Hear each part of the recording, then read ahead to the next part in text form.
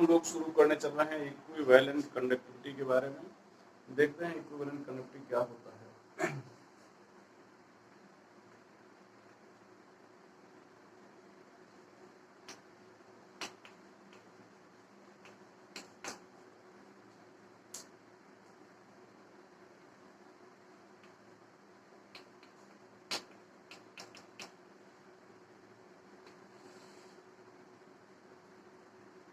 यहाँ पर हम लोग 1 ग्राम इक्विवेलेंट सोल्यूट लेंगे।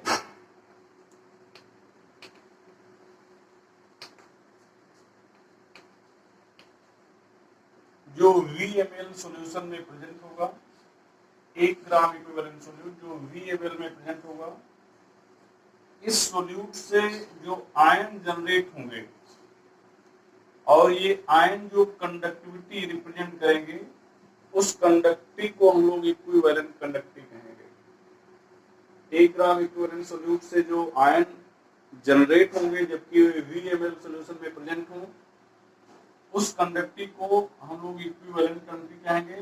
लेकिन यहाँ पर एक शर्त और है कि जो सेल के इलेक्ट्रोड हैं वे 1 सेंटीमीटर की दूरी पर हों और उनका जो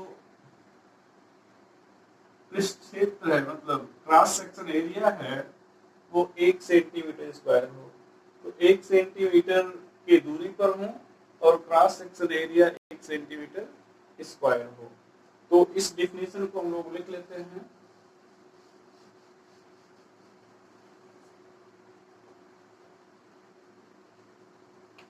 conductivity due to ion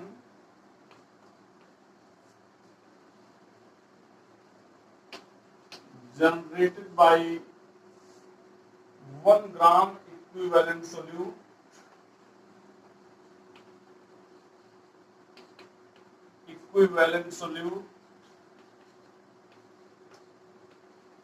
which is present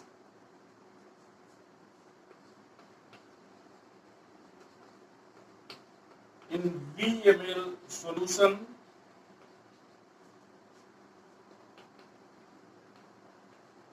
so that distance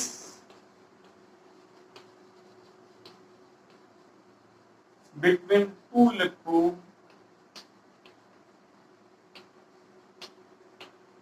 is 1 centimeter and cross section area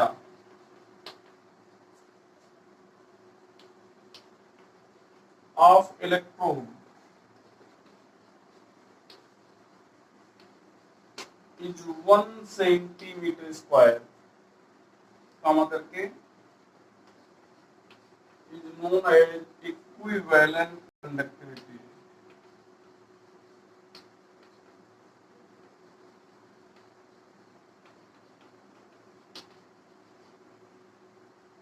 Conductivity due to ion generated by 1 gram equivalent solute which is present in VmL solution so that distance between two electrodes is 1 centimeter and cross section area of electrode is 1 centimeter square is known as equivalent conductivity। तो 1 gram equivalent solute से जो कि VmL solution में present है, जो ion generate होंगे उनके द्वारा जो कंडक्टिविटी होगी उसको हम लोग इक्विवेलेंट कंडक्टिविटी कहते हैं। तो इस डेफिनेशन को आप लोग लिख लें।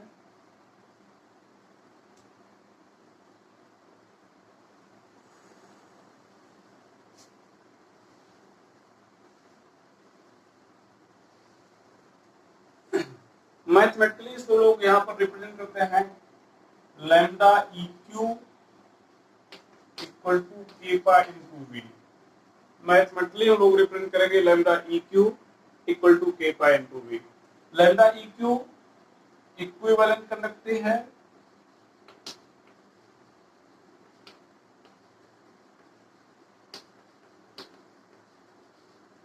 केपा स्पेसिफिक कंडक्टिविटी है,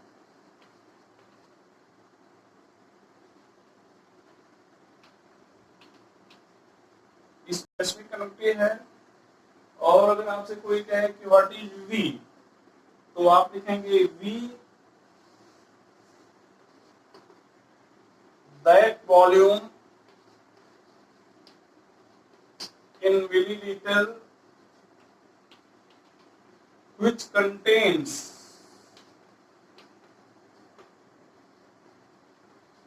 1 gram equivalent solute.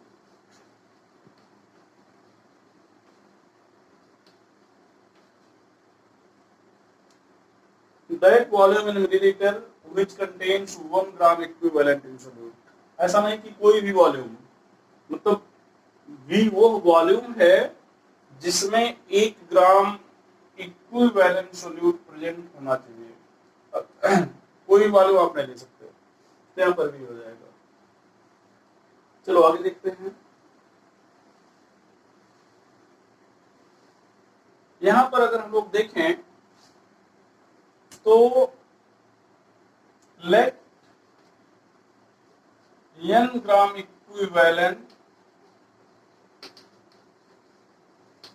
solute is present in 1000 milliliter. Now 1 gram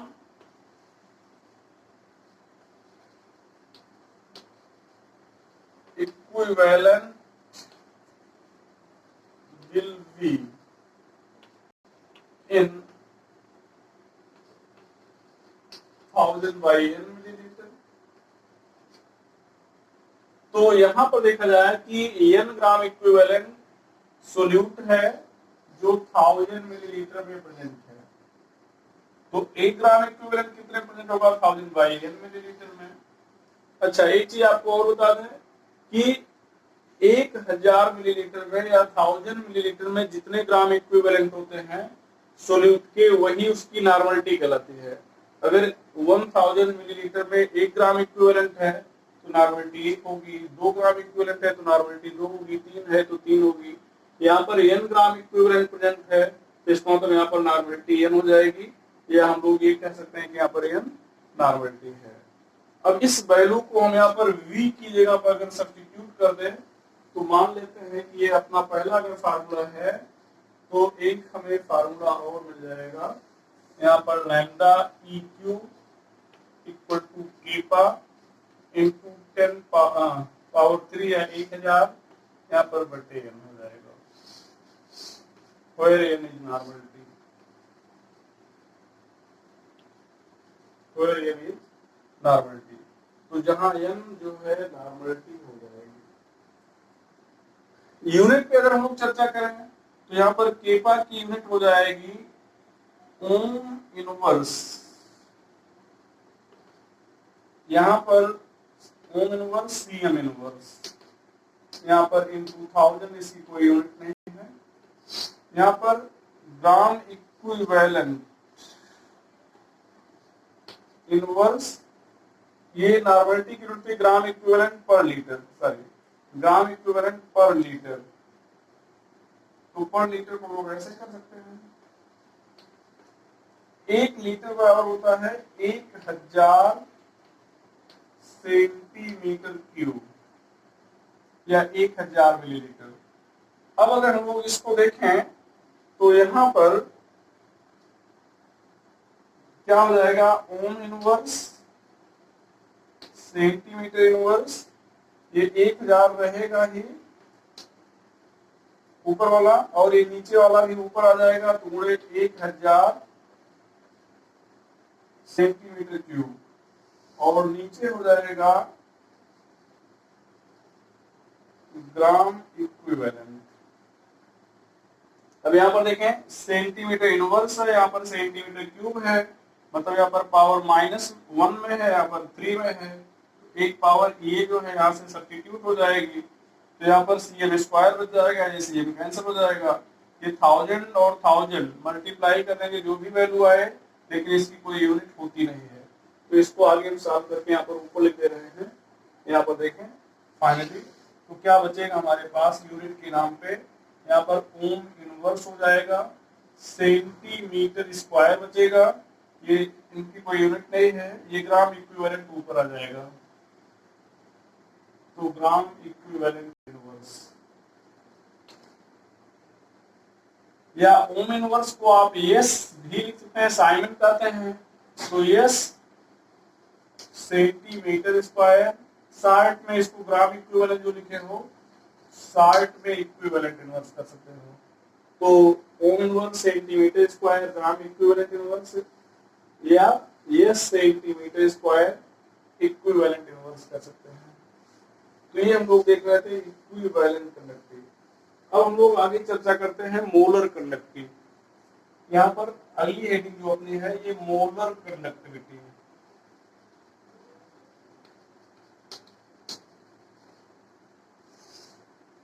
equivalent conductivity और मोलर कंडक्टिविटी दोनों एक ही जैसे हैं, बस अंतर ये है कि यहाँ पर आप 1 ग्राम इक्विवेलेंट सोल्यूट ले रहे थे, VmL सॉल्यूशन में प्रेजेंट था, और मोलर कंडक्टिविटी में 1 ग्राम मोल सोल्यूट है। तो यहाँ पर 1 ग्राम इक्विवेलेंट सोल्यूट था, यहाँ पर मोलर कंडक्टिविटी में 1 ग्राम मोल सोल्यूट है। यहाँ पर डेफिनेशन लिख लें,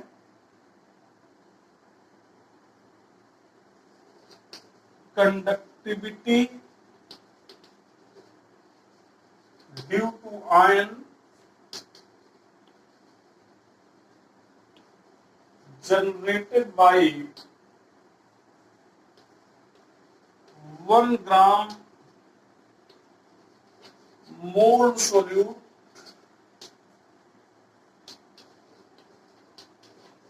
which is present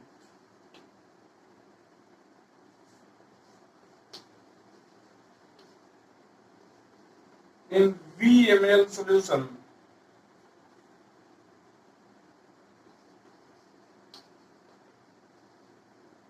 so that distance between two electrodes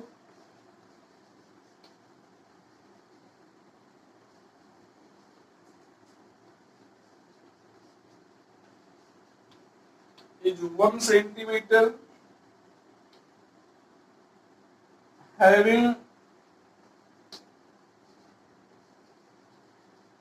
cross section area 1 centimeter square is known as molar conductivity.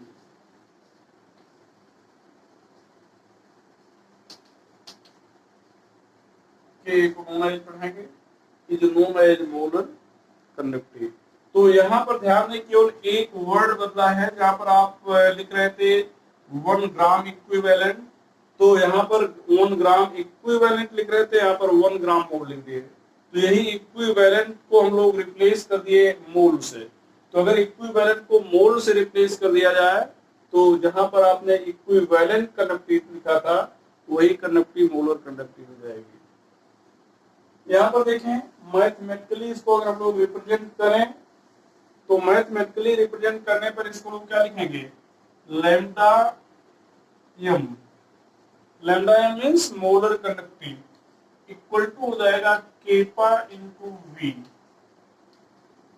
Molar conductivity equal to हो जाएगा केपा इंटू वी। यहाँ पर लैम्डा एम मोलर कंडक्टिविटी है,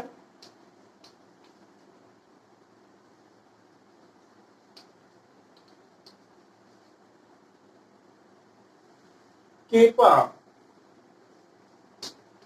specific conductivity है या simply conductivity कर देते हैं, स्पेसिफिक कंडक्टेंस है या सिंपली कंडक्टिविटी कर देते हैं, और V यहाँ पर that volume in millilitre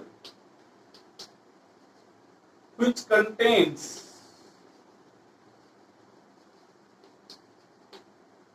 1 gram mole solute।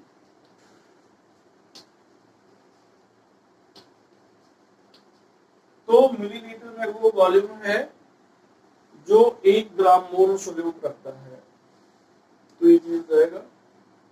अब जैसा लोग इक्विवेलेंट कंडक्टिविटी में देखे थे सेम वैसे यहाँ पर अगर लिख लें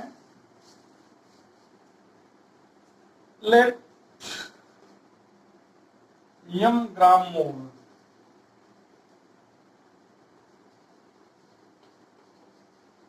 solute is present in VML, sorry, 1000 milliliter. 1000 milliliter. Now, 1 gram mole solute will be in 1000 by m milliliter. जैसा आपने इसे लिखा था। अब यहाँ पर 1000 मिलीलीटर में जितने मोल सोल्यूट होते हैं वो मोलरिटी कहलाते हैं। अगर यहाँ पर 1 ग्राम मोल सोल्यूट 1000 में मोलरिटी 1 हो जाएगी, 2 ग्राम मोल है मोलरिटी 2 हो जाएगी, 3 ग्राम मोल है मोलरिटी 3 हो जाएगी, x ग्राम मोल है मोलरिटी x हो जाएगी, यहाँ पर m ग्राम मोल है तो मोलरिटी m हो जाएगी। कहने का मतलब ये नीचे जो है ये m है, मोलरिटी है। यहाँ पर इसको हम लोग इस इक्वेशन में सब्स्टिट्यूट करते हैं। ये पहला इक्वेशन मान लिया जाए तो v की जगह पर हम लोग ये वैल्यू सब्स्टिट्यूट कर देंगे और देखें क्या मिलता है। यहाँ पर आपको लैम्डा m, यहाँ पर केपा, यहाँ पर 1000 अपॉन m मिल जाएगा। कैपिटल M है, ध्यान रखिएगा, ये मोलरिटी है। अब यहाँ पर ध्यान दें, यूनिट की अगर हम लोग बात करें तो यहाँ पर यूनिट क्या हो जाएगी, यहाँ पर लैम्डा m की यूनिट, यहाँ पर केपा है, ये ओम इनवर्स, सीएम इनवर्स होता है। 1000 की कोई यूनिट नहीं होगी, लिखना चाहे तो आप लिख सकते हैं। यहाँ पर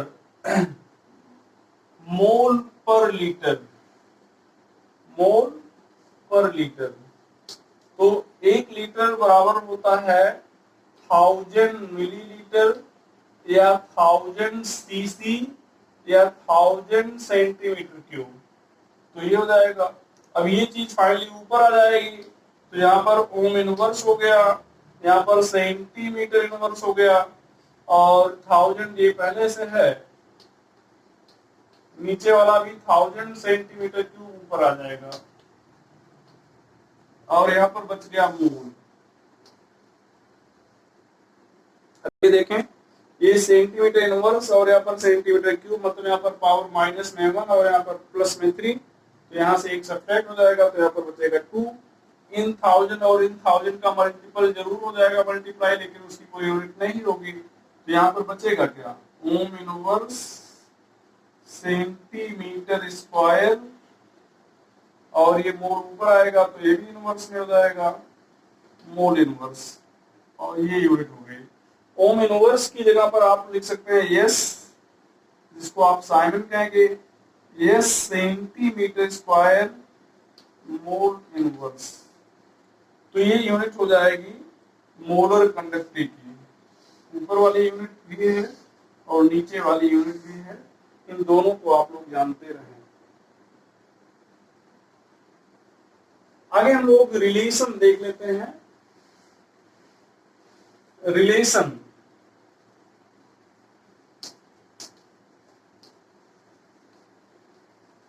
between equivalent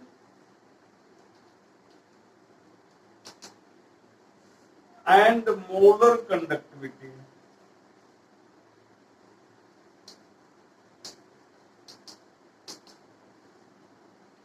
equivalent and molar conductivity, इन दोनों में लोग रिलेशन देखते हैं कि क्या रिलेशन बनता है। तो देखा जाए,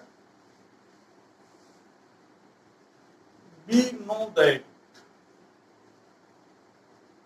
यहाँ पर lambda m equal to kappa, यहाँ पर 1000 था जिसको 10 पावर 3 दे रहे हैं upon m, and lambda EQ equal to kappa, यहाँ पर 10 पावर 3 अपॉन m। तो ऊपर वाला हो गया मोलर कंडक्टिविटी और नीचे वाला हो गया इक्विवेलेंट कंडक्टिविटी। हम लोग इसको इक्वेशन 1 बोल दें और इसको इक्वेशन 2 बोल दें, तो इक्वेशन 1 बाई 2 कर देते हैं। तो यहाँ पर lambda M upon lambda E Q, यहाँ पर kappa 10 power 3 upon M upon whole का अपॉन केपा 10 पावर 3 होल का एन, होल का अपॉन क्या जाएगा एन, यहाँ पर लिख रहे हैं। अब ये ध्यान दें ये चीजें कैंसिल हो जाएगी, ऊपर भी है नीचे भी है, एन फाइनली ऊपर आ जाएगा। तो यहाँ पर lambda M upon lambda E Q, यहाँ पर हो जाएगा क्या भैया N upon capital N upon capital N. ये इक्वेशन 3 कह सकते हैं, हम कह सकते हैं कि रिलेशन है। या इसको और सिंप्लीफाई करना है तो यहाँ पर हम लोग जानते हैं N equal to small N into capital N, ये पढ़ाया गया है। यहाँ पर capital N upon capital M equal to small N हो जाएगा। इस चीज को हम लोग यहाँ पर इक्वेशन 3 में सब्स्टिट्यूट कर दें, यहाँ पर ऐड लिख दे रहे हैं। सो यहाँ पर lambda M upon lambda E Q equal to small N, या lambda M equal to small N into lambda E Q, ये हो जाएगा relation between equivalent conductive and molar conductive. तो ये इक्विवेलेंट कंडक्टिव और मोलर कंडक्टिव में relation हो जाएगा। अब आपको ये बता दिया जाए कि व्हाट इज स्मॉल एन। अगर आप ये सोच रहे हैं कि व्हाट इज स्मॉल एन, तो आपको पढ़ाया गया था कि यहाँ पर स्मॉल एन क्या है। Where small N is valency factor, इसको वैलेंसी फैक्टर पढ़ाया गया था और अलग अलग केस में अलग अलग बताया गया था।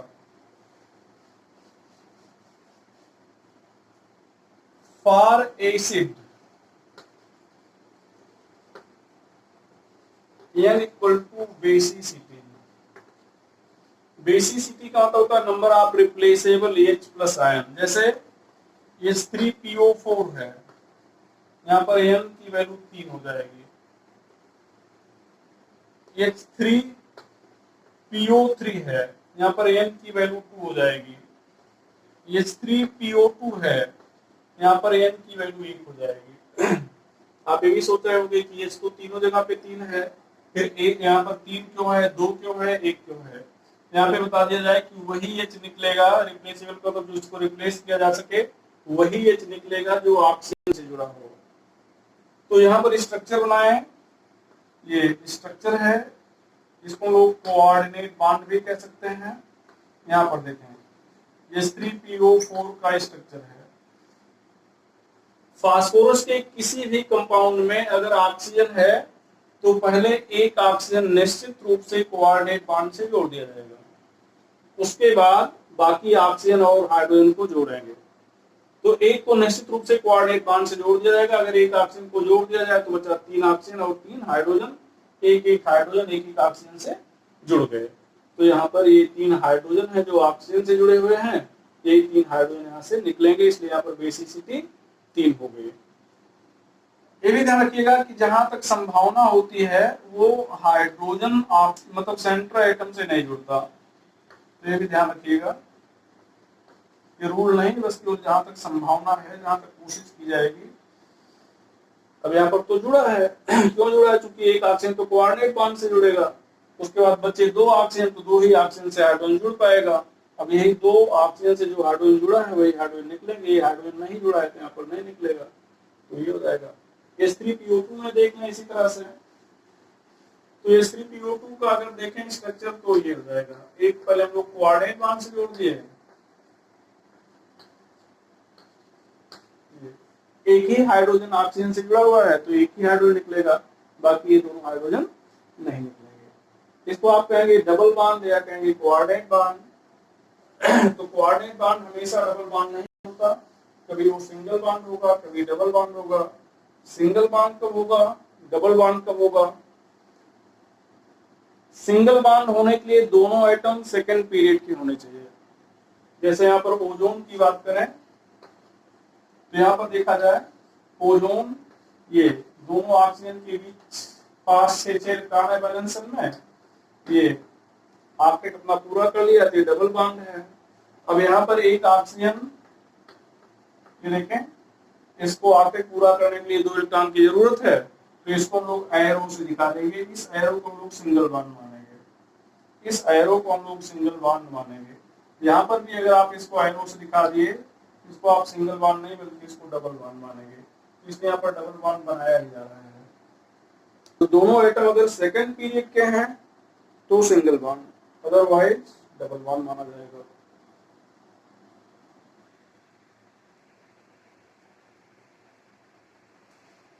तो ये हो गया बेसिसिटी।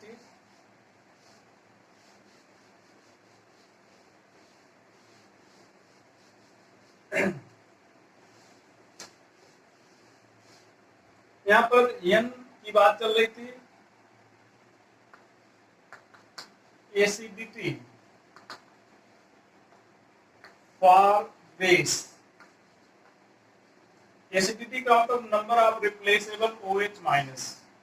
यहाँ पर एग्जाम्पल देखा जाए, यहाँ पर दिक्कत नहीं है, जितने OH दिखते हैं ज्यादातर निकल ही जाते हैं।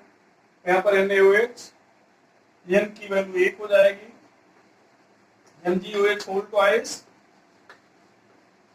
AlOH whole thrice. यहाँ पर वैल्यू 2 हो जाएगी N की, यहाँ पर N इक्वल टू 1, यहाँ पर N इक्वल टू 2, यहाँ पर N इक्वल टू 3 हो जाएगा। इसको मिल्क ऑफ मैग्नीशिया कहते हैं, एल्युमिनियम हाइड्रोक्साइड है। इन दोनों का यूज हम लोग एंटासिड के रूप में करते हैं। Antacid means anti acid, i.e. For removal of acidity. एक बार एम्स में पूछा गया था which pair is used for removal of acidity, तो आंसर हो जाएगा MgOH होल ट्वाइस और एल्युमिनियम हाइड्रोक्साइड। तीसरा पॉइंट अगर देखें तो N फॉर साल्ट, साल्ट के लिए अगर देखा जाए तो N क्या हो जाएगा, टोटल पॉजिटिव और नेगेटिव चार्ज, नेगेटिव चार्ज। तो N जो है साल्ट के लिए अगर बात किया जाए तो टोटल पॉजिटिव और नेगेटिव चार्ज है। साल्ट पर कोई चार्ज तो होता नहीं, तोड़ के देखेंगे। जैसे यहाँ पर मान लिया जाए A2V3 है, तो ये 2 पहले आ जाता है, बताया गया है आपको। यहाँ पर 2A हो जाएगा, जो दूसरे के बाद में पहले के ऊपर 4 बन जाएगा, तो यहाँ पर 3 प्लस हो जाएगा। यहाँ पर 3 पहले बाद में है तो पहले आ जाएगा, 3B हो जाएगा। यहाँ पर B के बाद में 2 है तो यहाँ पर A के बाद में 2 है तो B के ऊपर 4 हो जाएगा, यहाँ पर 2 माइनस। जो पहले लिखा होता है पॉजिटिव माना जाता है, जो बाद में लिखा होता है नेगेटिव। तो यहाँ पर N की वैल्यू हो जाएगी 2 3 जा 6, यहाँ पर 2 3 जा 6, तो N की वैल्यू हो गई यहाँ पर 6। यहाँ पर देखा जाए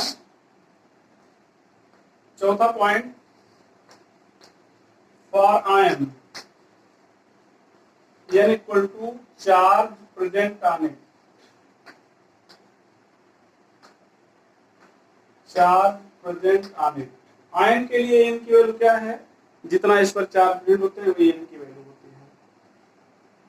जैसे SO4 डबल माइनस, यहाँ पर 2 हो जाएगा, PO4 ट्रिपल माइनस, यहाँ पर 3 हो जाएगा, NO3 माइनस, यहाँ पर N की वैल्यू 1 हो जाएगी। तो ये हो गया। यहाँ पर देखें और हम लोग थोड़ा सा,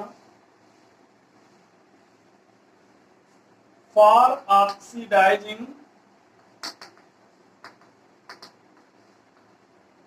एंड रिड्यूसिंग एजेंट,